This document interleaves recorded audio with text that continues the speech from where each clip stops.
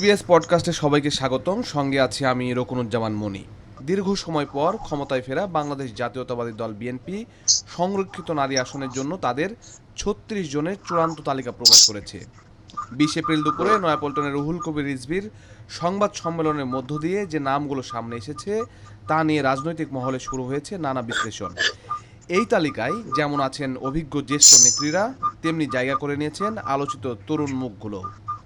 কিন্তু এই প্রার্থী নির্বাচনের মানদণ্ড কী ছিল? মনোনয়ন বঞ্চিতদের কিভাবে সামাল দিবে দলটি? দলের বাইরে যুগপৎ আন্দোলনের শরিক দলগুলোকে কেন এই তালিকায় অন্তর্ভুক্ত করা হলো না? জোটের দলগুলোর সঙ্গে সামনে সম্পর্কই বা হবে কেমন? এইসব বিষয়ে আজ আমরা আলোচনা করব।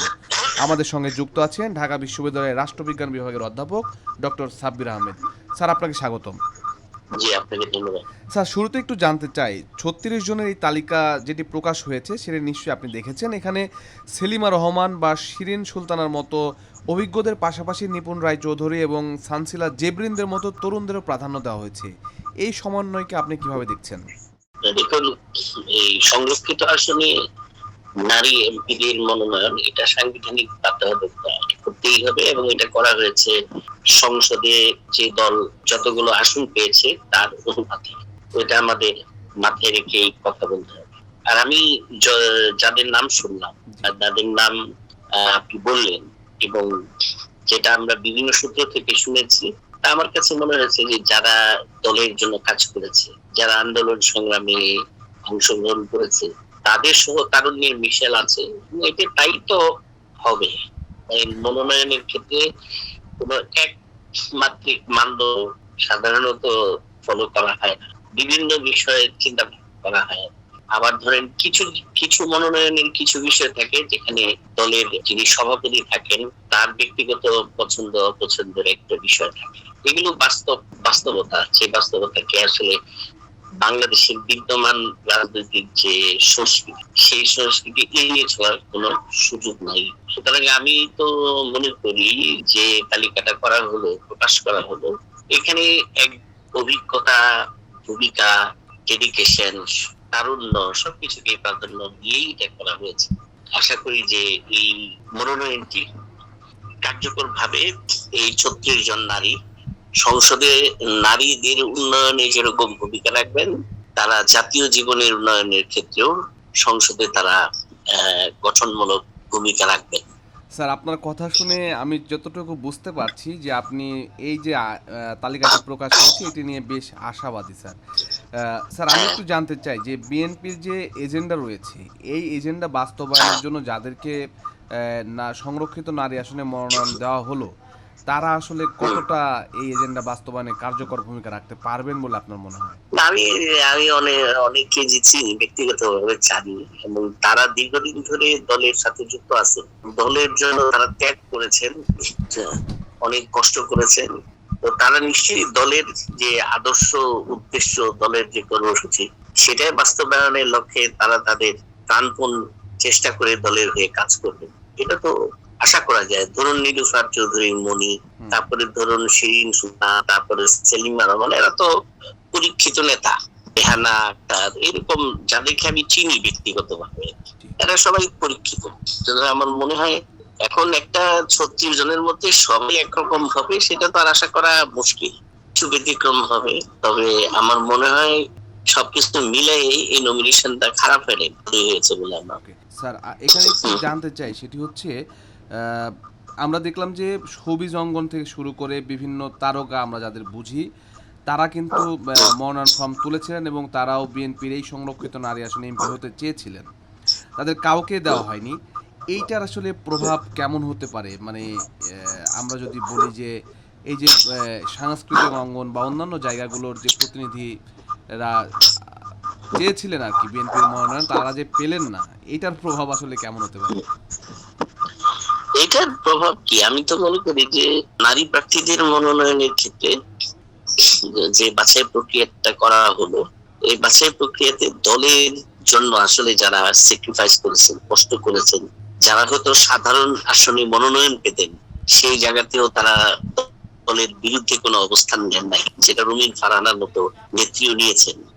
হ্যাঁ, সুতরাং তাদের এই স্যাক্রিফাইসের মূল্যায়ন দল করেছে। এবং কেন সবসময় যারা হঠাৎ করে দলে এসে তারা কেন দলের মনোনয়ন নেবে? ফেস ভ্যালু দিয়ে তারা কি একটা ফেস ভ্যালু যার তার মূল্য দলের কাছে বেশি, না যে দলের জন্য কষ্ট করেছে, স্যাক্রিফাইস করেছে তার মূল্য বেশি? আমার মনে হয় এটা মানে মনোনয়নটি মোটা দাগে আমি মনে করি এটা যথার্থ হয়েছে। এবং যারা সাংস্কৃতিক অঙ্গনে তারা অন্যভাবে দলকে স্পেস দিবে। যদি তারা বিএনপি রাজনীতিতে থাকতে চায় তাহলে তাদের কত প্রমাণ করতে হবে যে এই দলের জন্য তারা অনেক কিছু করে যাচ্ছেন, তাই না?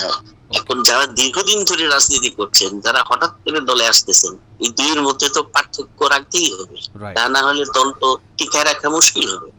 স্যার, আপনার কথাতেও আপনি আসলে যারা ত্যাগী নেতৃত্ব আছে তাদেরকে প্রাধান্য দেওয়ার বিষয়ে বলছেন। স্যার, এবার আমরা দেখলাম যে প্রায় 1000-এর কাছাকাছি মনোনয়ন ফর্ম বিক্রি হয়েছিল। সেখান থেকে শুধুমাত্র 36 জনকে আসলে বাছাই করে নিতে হলো। স্যার, এক্ষেত্রে যারা মনোনয়ন বঞ্চিত হলেন তাদেরকে সামাল দিতে আসলে বিএনপির মতো এই ক্ষমতাসীন দলকে আসলে এই মুহূর্তে হিমশিম খেতে হবে কিনা? এখন ধরেন আসন মাত্র 36টা, এখন মনোনয়ন ফর্ম কিনছে হলো 1000। এটা একটা দলের পক্ষে সম্ভব? এই অ্যাকোমোডেট করা দল যেটা করার সেটাই করেছে। আমার মতে যেভাবে তাদেরকে সিলেকশন করা দরকার, আমি যেটা বুঝি যে এটা তারা অন্তত পক্ষে নারীর যে মনোনয়নের ক্ষেত্রে তারা যথেষ্ট বিচক্ষণতার পরিচয় দিয়েছে বলে এই নামগুলো শুনে আমার অন্তত পক্ষে তাই বলে গেছে। যারা মনোনয়ন বঞ্চিত, তারা যদি বঞ্চিত হয়ে তারা হতাশ হয়ে দল ছেড়ে দেয় সেটা অন্য জিনিস। কিন্তু যারা রাজনীতি সত্যিকার অর্থে মিন করে রাজনীতি করে তারা দল ছাড়বে কেন? তাহলে তো নীলুফার মনি অনেক আগে দল ছেড়ে চলে যেতে পারতো, তাকে তো সাধারণ আসনে মনোনয়ন দেওয়া হয় নাই, তাই না? সুতরাং এই দুইয়ের মধ্যে পার্থক্য করতেই হবে। স্যার, এখানে আরেকটা বিষয় একটু জানতে চাই যে বিএনপি আসলে দীর্ঘ সময় ধরেই আন্দোলনের শরিকদের সঙ্গে নিয়ে পথ চলছে এবং যুগপৎ আন্দোলনে তাদের যারা শরিক দল ছিলেন তাদের সঙ্গে তারা জাতীয় নির্বাচনে একসঙ্গে অংশগ্রহণ করলেন এবং তাদেরকে সঙ্গে নিয়ে আমরা যদি বলি গণসংহতি আন্দোলন, গণ অধিকার পরিষদ, তাদের নেতৃত্বকে তারা মন্ত্রী পরিষদেও জায়গা দিয়েছে। কিন্তু এই সংরক্ষিত নারী আসনের ক্ষেত্রে আমরা দেখলাম যে বিএনপির জোটের কোনো দলকেই তারা আসলে সংরক্ষিত নারী আসনে মনোনীত করেননি। এটি কি জোটের ঐক্যে কোনো নেতিবাচক প্রভাব ফেলবে কিনা? কেন পড়বে? পড়ার কোনো কারণই নেই। কারণ জোটে যারা যোগ দিয়েছে তাদেরকে তো একভাবে অ্যাকোমোডেট করাই হয়েছে, তাদেরকে পুরস্কৃত করা হয়েছে। এখন তারা যদি সব ক্ষেত্রে পুরস্কারের আশা করাটা কিভাবে তারা আশা করে? কারণ এটা তো একটা বড় দল, তার অনেক প্রার্থী, তাদেরকে আগে প্রাধান্য দিতেই হবে।